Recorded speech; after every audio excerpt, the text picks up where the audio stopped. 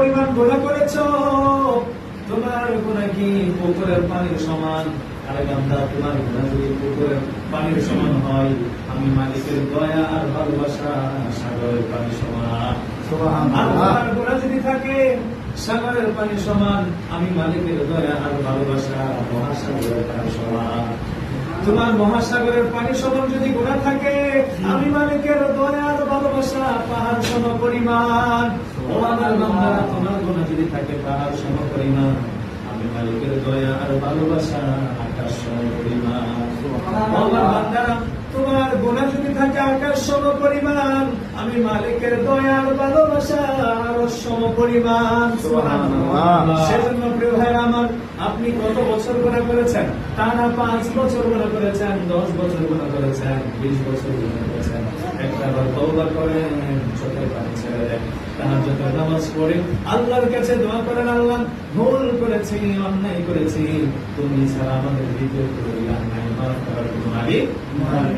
ও মালিক, দুনিয়ার ভিক্ষুক যদি এক দুয়ারে না পাই, দ্বিতীয় দুয়ারে চলে যায়।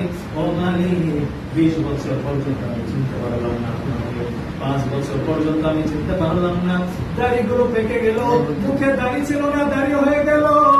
ও রব্বে কারীম, 20 বছর বয়স হয়ে গেল, আমার লাইফ থেকে 40 বছর চলে গেল, তখন আমি তোমার কথা মনে করে নেই। ও আল্লাহ, তাহাজ্জুদের নামাজ আমি 2 রাকাত পড়েছি, ইস্তেগফার করলাম, আজকে আমি কাজ দিলে তওবা করলাম, হে মালিক আর কখনো গুনাহের কাজ করব না।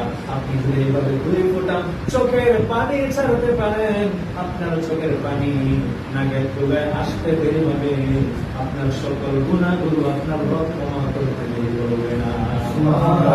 সেজন্য আমার প্রিয় ভাইরা আমার, যত গুনাহ করেন না কেন, গুনার জন্য কার কাছে তওবা করবেন? আল্লাহ।